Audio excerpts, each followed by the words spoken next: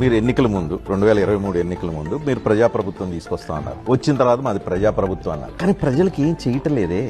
Pension 4,000 చేస్తామన్నారు, చేయలేదు. మహాలక్ష్మిలో భాగంగా 2,500 ఆడపడుచులకు ఇస్తామన్నారు, ఇవ్వలేదు. రైతు డిక్లరేషన్ 34 హామీలు ఇచ్చారు, పూర్తి స్థాయిలో అమలు కావట్లేదు. సరే 6 గ్యారెంటీలు పెట్టకపోయినా తులం బంగారం అన్నారు. సో ఏంటి మరి ప్రజాప్రభుత్వం యొక్క గొప్పతనం ఏంటి?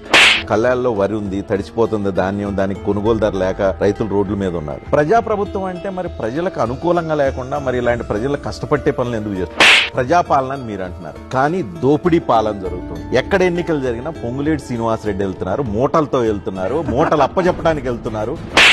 బిల్స్ క్లియర్ చేయాలంటే పర్సంటేజ్లని, రెవెన్యూ క్లియర్ చేయాలంటే 30%లని, కాంట్రాక్టర్లు సెక్రటేరియట్ కు వచ్చి మాకు బిల్స్ ఇవ్వట్లేదని ధర్నా చేసిన చరిత్ర ఈ ప్రభుత్వంలో, ఈ ప్రజా ప్రభుత్వంలోనే కనిపిస్తుంది.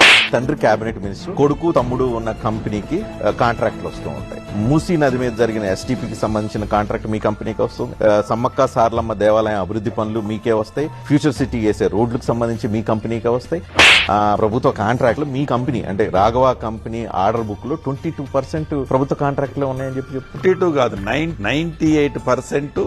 హైదరాబాద్ లో ఔటర్ రింగ్ రోడ్డు ఏ భూమి కనిపించినా రాఘవ కన్స్ట్రక్షన్. హైదరాబాద్ లో పర్మిషన్ లేకుండా క్రషర్లు నడిపినా రాఘవ కన్స్ట్రక్షన్. హైదరాబాద్ లో చుట్టుపక్కల ఏ రోడ్లు నిర్మాణం చేయాలన్నా రాఘవ కన్స్ట్రక్షన్. హైదరాబాద్ లో ఏ ఎస్టీపీ ప్లాంట్ ప్రాజెక్టులు గవర్నమెంట్ వచ్చిన రాఘవ కన్స్ట్రక్షన్.